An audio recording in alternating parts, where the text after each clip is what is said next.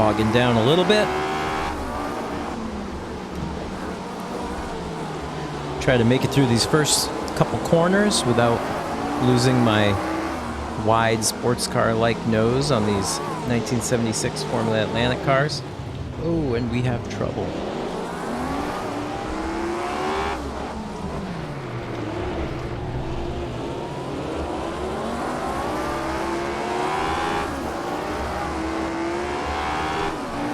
So here I am at the street circuit in Trois Rivieres, or Three Rivers, Quebec. Driving 1976 Formula Atlantic cars in Assetto Corsa. For a review of a documentary on Gilles Villeneuve, this is the most appropriate combination, in that this track, this race in 1976 played such a pivotal function to his ascension as a Formula One race car driver. Gilles was racing Formula Atlantics in Canada in the championship here, and the organizers of Trois Rivieres, to get some more information, or to get more publicity, would pay for Formula One drivers to come join the race.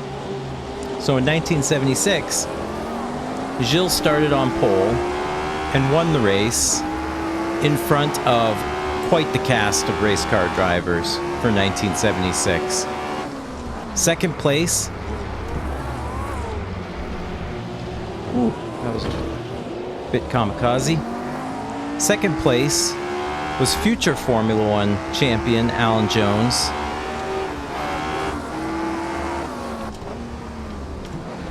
Third place was past Formula One champion James Hunt.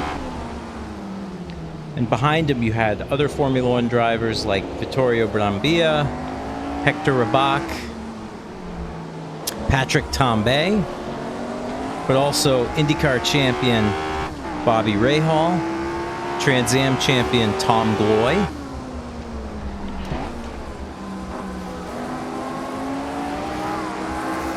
among others. So it's no surprise that Alan Jones and James Hunt went back to Europe, suitably impressed with Gilles and his talent. Hunt in particular talked up Gilles enough to get a test for him in a McLaren later that year. He did a couple races the following year for McLaren, and in '78 was a Ferrari Formula One driver.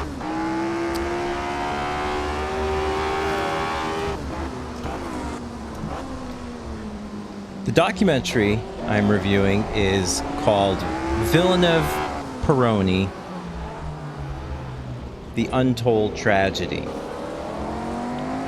And the byline for it, or the one-line summary, is the relationship and the controversy told by family and the people closest to them. And they do not disappoint. They have quite the roster of interviewees to talk about that period in Formula One, and obviously Didier Pironi and Gilles Villeneuve, and the situation between them in 1982, but also just more about their relationship in general. Now, I have to go on record and say I am an unabashed Gilles Villeneuve fan. It started in '94. I had never heard of Gilles, but in '94, Gilles' son Jacques started racing in IndyCar. So I wanted to learn everything about Gilles, and started with Gerald Donaldson's book on Gilles, which was excellent. This picture that overlooks me is a picture of Gilles. If I look past my monitor, I see a little Lego model of a '79 Ferrari 312 T5 that he drove. To top it all off, my son's middle name is Gilles, so yeah, I'm a fan.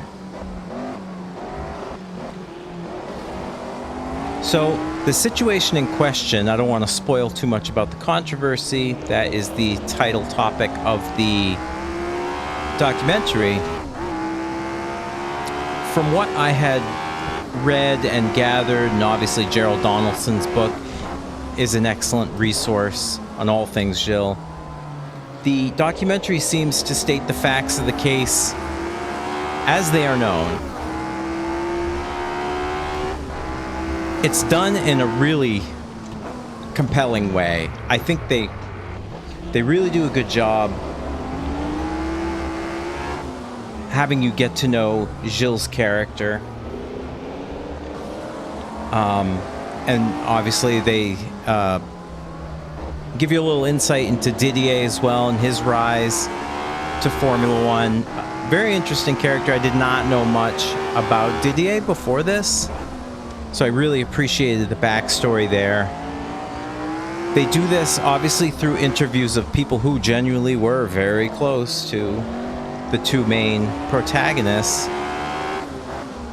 but also there's a ton of great archival footage. And as I mentioned in the Super Swede documentary, this era of Formula One was very different. It was much more congenial between the racers. So there's just a lot of footage of these guys hanging out at the track, not at the track. And there's plenty of that. There's plenty of racing footage. There is footage on things that I had heard about or read about, and now I actually got to see it occur on film. So that was very satisfying. Plenty of meaningful interviews. A huge roster of world champions. You obviously have Jody Scheckter, who is Gilles' teammate, Jackie Stewart, who was still involved in Formula One at the time. Alain Prost was a up-and-coming driver, and being a fellow francophone, he probably had very good relationships with Didier and Gilles. I would say if there is a knock to the documentary, the first is sometimes through artistic license or convenience, they show some B-roll footage that doesn't really add much to telling the story. Like, at one point, there's just like shots of misty trees, and there's some things they cannot recreate. They wanted to highlight how terrible the weather was at Hockenheim in 1982, so they have some B-roll of really rainy trees, but I know it's not the actual Hockenheim circuit I'm looking at. Likewise, they will have just B-roll while somebody is talking of a track side scrolling by. Doesn't really add much, but I guess I know what the filmmaker is trying to do. He's trying to keep you from just watching somebody talk on camera for a very long time. So they're kind of hemmed in, and there's other occasions where they're trying to illustrate a contract signing in Enzo Ferrari's office. So they have a blurry image of generic businessmen at a conference table and the like. So I understand they don't have the actual footage, but they want to visually represent what's going on. My other knock with the documentary, and this, again, the producers may not have much choice with this either, is the story seems to be told in a manner very skewed towards Gilles Villeneuve. And obviously being a big bobo for Gilles, that should be odd for me to say, but given what I know about the facts and some of the testimony, it does seem like the story skews in favor of Gilles being betrayed, for a lack of a better word. They have some very compelling interviews to that effect. And the facts are there as well. In the... Ooh, fell off the road camber there. In the case of Didier Pironi, they do have Marco Piccinini, who is team manager at Ferrari, speaking out in favor of his side of the story. But even Marco's testimony, if you will, is presented with a little bit of a shadow on it.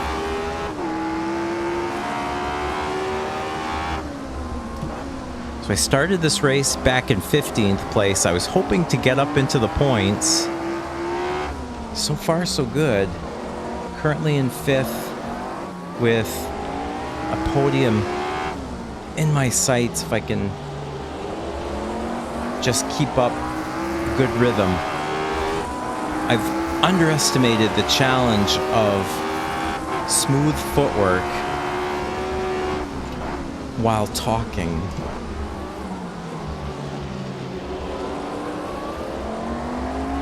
I am racing the number 69 ski rule machine, which Gilles did race a ski rule sponsored Formula Atlantic car. Ironically, we grew up with a ski rule snowmobile in our shed. Same color green as this race car. And I've actually seen Gilles' ski rule Formula Atlantic on track at the Lime Rock Vintage Festival. So I have many pictures of that car in my camera roll as well. So ultimately,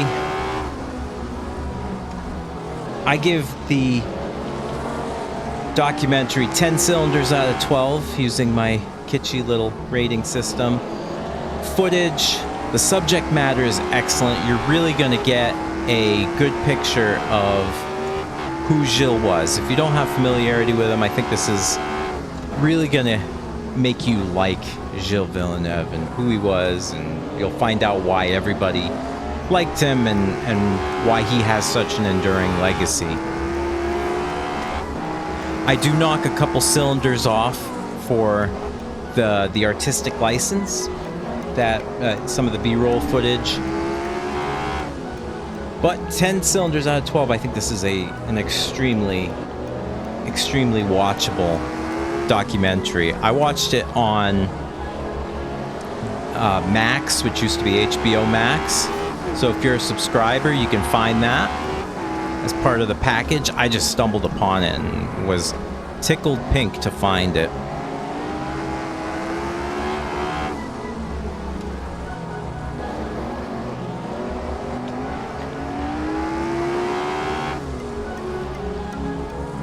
This track is a handful.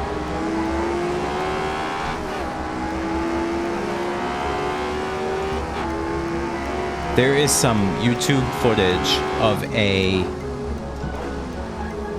Formula Atlantic race. I want to say it's 89, 88, 89, that period, of Gilles' brother Jacques, who, the IndyCar driver's uncle, Jacques, in a Formula Atlantic race. He starts mid-pack, and his style is a lot like how I imagine Gilles would have been.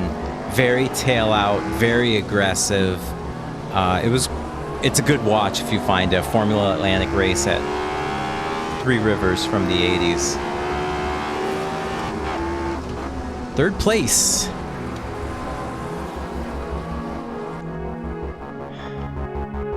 Villeneuve Pironi, The Untold Tragedy. 10 cylinders out of 12. Definitely a must-see.